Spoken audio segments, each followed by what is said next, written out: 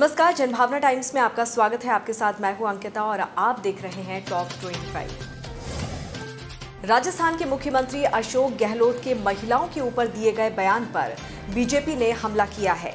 BJP प्रवक्ता संबित पात्रा ने press conference कर भ्रष्टाचार के मुद्दे से लेकर गहलोत के बयान पर कांग्रेस को आड़े हाथ लिया है। पात्रा ने कहा है कि प्रधानमंत्री नरेंद्र मोदी भ्रष्टाचार के खिलाफ काम कर रहे हैं। देश में भ्रष्टाचार के खिलाफ मुहिम चल रही है। हमारा इस पर करप्शन को लेकर जीरो टॉलरेंस नारा है।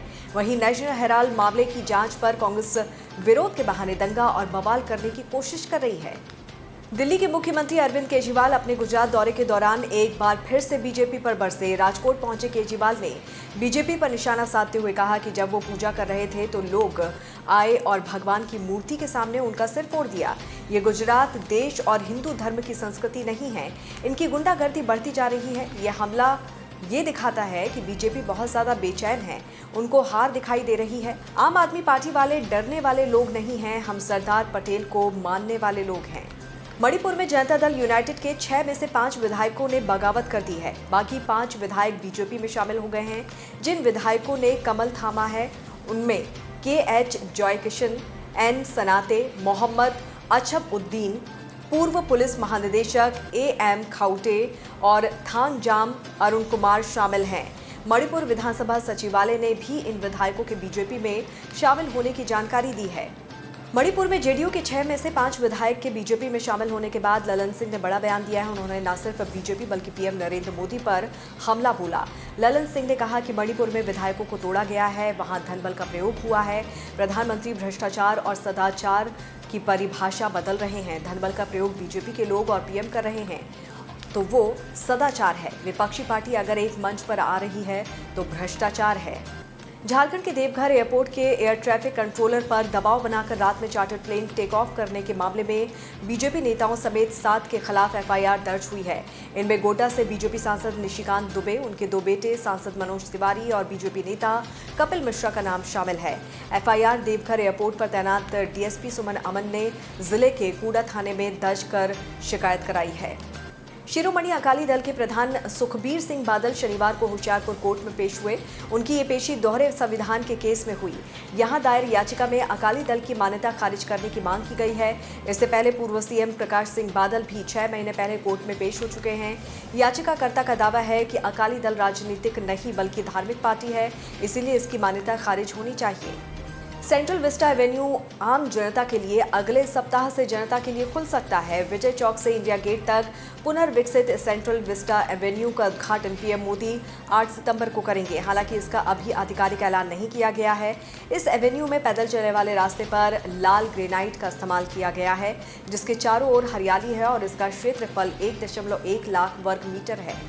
सोनाली फोगाट हत्या मामले में गोवा पुलिस के सूत्रों ने खुलासा किया है कि आरोपी सुधीर सांगवान ने सोनाली फोगाट मौत में साजिश की बात को कबूल लिया है। गोवा पुलिस के सूत्रों ने दावा किया है कि सुधीर सांगवान ने हिरासत में पूछताछ में सोनाली फोगाट को गुड़गांव से गोवा लाने की साजिश कबूल की है। पुलिस ने बताया कि गोवा में किसी शूटिंग की कोई योजना नहीं थी, गोवा लाना साजिश की योजना थी। गोवा पुलिस ने सूत्रों से मिली जानकारी के मुताबिक सोनाली फोगाट की हत्या की साजिश बहुत पहले रची थी। असम में NIA ने कई ठिकानों पर छापेमारी की है। ये कार्रवाई प्रतिबंधित उग्रवादी संगठन अल्फा में युवाओं की भर्ती मामले में की गई है। जानकारी के मुताबिक NIA की टीम ने इस छापेमारी में डिजिटल उपकरण, गोला बारूद के साथ ही आपत्तिजनक दस्तावेज और उल्फा से संबंधित साहित्य जब्त किए हैं। NIA की ओर से दी गई जानकारी के मुताबिक राज्य के 7 जिलों में 16 ठिकानों पर छापा मारा गया है। यूपी के बदायूं की जामा मस्जिद को नीलकंठ महादेव का मंदिर होने का दावा किया गया है। इसे लेकर सिविल कोर्ट में वाद दायर किया गया है। शुक्रवार को वादी की याचिका पर सिविल कोर्ट के जज ने वाद दायर करने की अनुमति दी है, तो वहीं सुनवाई के लिए 9 सितंबर 2022 की तारीख मुकर्रर की गई है, जबकि मस्जिद की इंतजामिया कमेटी को नोटिस जारी कर अपना पक्ष रखने का आदेश दिया है। बिहार के 3 जिलों में वज्रपात की वजह से 8 लोग अपनी जान गंवा बैठे हैं। गया में 5, जहानाबाद में 2 और औरंगाबाद में 1 व्यक्ति की मौत पर मुख्यमंत्री नीतीश कुमार ने प्रभावित परिवारों के प्रति गहरी शोक संवेदना व्यक्त की है। मुख्यमंत्री ने सभी मृतकों के परिजनों को तत्काल 4-4 लाख अनुग्रह अनुदान देने का निर्देश दिया है। मुख्यमंत्री ने लोगों से अपील की है कि सभी लोग खराब मौसम में पूरी सतर्कता बरतें। भारत के दक्षिण में स्थित अंडमान निकोबार द्वीप समूह में शनिवार सुबह 6:59 के करीब भूकंप के झटके महसूस किए गए। रिक्टर पैमाने पर इसकी तीव्रता 4.4 मापी गई है। भूकंप विज्ञान केंद्र के मुताबिक भूकंप का केंद्र अंडमान निकोबार की राजधानी पोर्ट ब्लेयर से 106 किलोमीटर दूर पूर्व पूर्वोत्तर में जमीन के 70 किलोमीटर नीचे था। ब्रिटेन को पीछे छोड़कर भारत दुनिया की 5वीं सबसे बड़ी अर्थव्यवस्था बन गया है। ऐसे समय में जब लंदन में सरकार जीवन यापन के झटके का सामना कर रही है, उसे भारत की ओर से ये बड़ा झटका मिला है। इंटरनेशनल रैंकिंग में ब्रिटेन की ये गिरावट नए प्रधानमंत्री के लिए चुनौती की तरह है। यूरोपीय अंतरिक्ष एजेंसी ESA की सैटेलाइट इमेज के अनुसार पाकिस्तान इतिहास की सबसे भयंकर बाढ़ से जूझ रहा है। नतीजतन पाकिस्तान का 1/3 हिस्सा पानी में डूब चुका है। अब बाढ़ के पानी से बीमारी फैलने का खतरा है, तो वहीं भोजन की आपूर्ति कम हो गई है।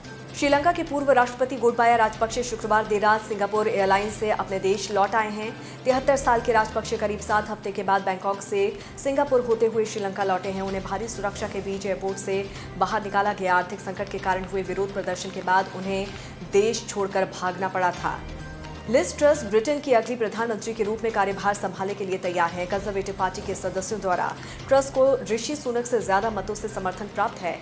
सुनक अंतिम 2 उम्मीदवार चुनने के लिए पार्टी के सांसदों द्वारा किए गए मतदान में जहां ट्रस से आगे थे, तो वहीं एक सर्वेक्षण में पार्टी के सदस्यों के मतदान में उनके पिछड़ने की बात कही गई है। अफगानिस्तान के हेरात प्रांत में शुक्रवार को जुमे की नमाज के दौरान बड़ा धमाका हुआ है। इसमें तालिबान के सबसे बड़े धर्मगुरु में से एक मुल्ला मुजीब उर रहमान अंसारी मारा गया है। घटना गाजा रख शहर की है। माना जा रहा है कि इस हमले के पीछे ISIS के खुरासान ग्रुप का हाथ है। पिछले महीने भी तालिबान का एक बड़ा नेता मारा गया था। एशिया कप में पाकिस्तान और हांगकांग के बीच खेले गए ग्रुप मुकाबले को पाक टीम ने 155 रन से जीत लिया है। पाकिस्तान ने 20 ओवर में 2 विकेट खोकर 193 रन बनाए थे। मोहम्मद रिजवान ने सबसे ज्यादा 57 गेंद में 78 रन की पारी खेली, तो वहीं फकर जमान ने 41 गेंद में 53 रन बनाए। आखिरी ओवर में खुशदिल शाह का बल्ला भी जमकर बोला और उन्होंने सिर्फ 15 गेंद में 35 रन बना दिए। जवाब में हांगकांग की टीम सिर्फ 38 रन पर ऑल आउट हो गई। पाकिस्तान के लिए सबसे ज्यादा 4 विकेट शादाब खान ने लिए, तो वहीं मोहम्मद नवाज ने 3 और नसीम शाह ने 2 विकेट झटके। पाकिस्तान की हांगकांग पर जीत के साथ ही ये तय हो गया है कि रविवार 4 सितंबर को भारत और पाकिस्तान के बीच एक बार फिर से हाई वोल्टेज मुकाबला होने की उम्मीद है। भारत ने इससे पहले पाकिस्तान और हांगकांग को हराकर ग्रुप ए में पहले नंबर पर जगह बना ली थी। एक बार फिर से भारत और पाकिस्तान एक दूसरे से भिड़ने को तैयार हैं। सुपर 4 राउंड का T20 मैच दुबई अंतर्राष्ट्रीय स्टेडियम में खेला जाएगा। स्पेन के टेनिस स्टार राफेल नडाल पहला सेट गंवाने और गलती से अपनी नाक को चोट पहुंचाने के बावजूद US ओपन टेनिस टूर्नामेंट के अगले दौर में जगह बनाने में सफल रहे। 22 बार के ग्रैंड स्लैम चैंपियन नडाल ने फोबियो फोगिनी पर 2-6, 6-4, 6-2, 6-1 से जीत दर्ज की। इस बीच चौथे सेट में गलती से वो अपनी ही रैकेट से नाक पर चोट लगा बैठे, जिससे उनकी नाक से खून बहने लग गया। दरअसल नडाल शुक्रवार 2 सितंबर को साल के आखिरी grand slam tournament US open में अपना दूसरा राउंड का मैच खेलने उतरे थे। उनका सामना इटली के फैबियो फोगिनी से हुआ था। रणदीप हुड्डा इन दिनों अपनी upcoming film Swatantra Veer Savarkar the biopic man of India की तैयारी में बिजी हैं। इसके लिए वो अपने लुक्स और वेट पर भी काम कर रहे हैं। हाल ही में उन्होंने सोशल मीडिया पर अपनी एक तस्वीर शेयर की थी। महाठग सुकेश चंद्रशेखर से नजदीकी अब फिल्म अभिनेत्री नोरा फतेही की मुश्किलें भी बढ़ा रही है। EOW ने सुकेश चंद्रशेखर ठगी केस में नोरा फतेही से करीब 6 घंटे तक पूछताछ की। पूछताछ के लिए नोरा फतेही को मंदिर मार्ग के आर्थिक अपराध शाखा में बुलाया गया था। नोरा वहां कल 11 बजे से शाम 6 बजे तक मौजूद रही। अर्जुन बाजवा बॉलीवुड एक्टर हैं जिन्होंने तेलुगु फिल्म से अपने करियर की शुरुआत की थी। साल 2007 में गुरु फिल्म से बॉलीवुड डेब्यू करने वाले अर्जुन अपना 43वां बर्थडे मना रहे हैं। ये दिल्ली के पूर्व डिप्टी मेयर रहे SS बाजवा के बेटे हैं। 3 सितंबर 1979 में पैदा हुए अर्जुन ने साल 2008 में बॉलीवुड हॉलीवुड एक्ट्रेस प्रियंका चोपड़ा के साथ फिल्म फैशन में भी काम किया था। अमेरिका 3 सितंबर को राष्ट्रीय सिनेमा दिवस मनाने जा रहा है। इस मौके पर वहां के सिनेमा घरों में काफी कम कीमत पर मूवी टिकट मिलेगी और इसी बात पर अब भारतीय फिल्म जगत ने 16 सितंबर को अपना नेशनल सिनेमा डे मनाने का फैसला किया है। उस दिन दर्शक सिर्फ 75 रुपए में थिएटर में फिल्म देख सकेंगे। कमाल राशिद खान को विवादित ट्वीट्स के चलते मुंबई पुलिस ने 29 अगस्त को मुंबई हवाई अड्डे से गिरफ्तार किया था। वे तब से जेल में हैं। एक्टर की जमानत याचिका पर सुनवाई होनी थी, पर उसे आगे के लिए टाल दिया गया है। वो जेल में कुछ दिन और बिताएंगे। देश और दुनिया की तमाम खबरों को विस्तार से जानने के लिए आप हमारी वेबसाइट www.thejpt.com को लॉग इन कर सकते हैं। जुड़े रहिए जनभावना टाइम्स के साथ। नमस्कार।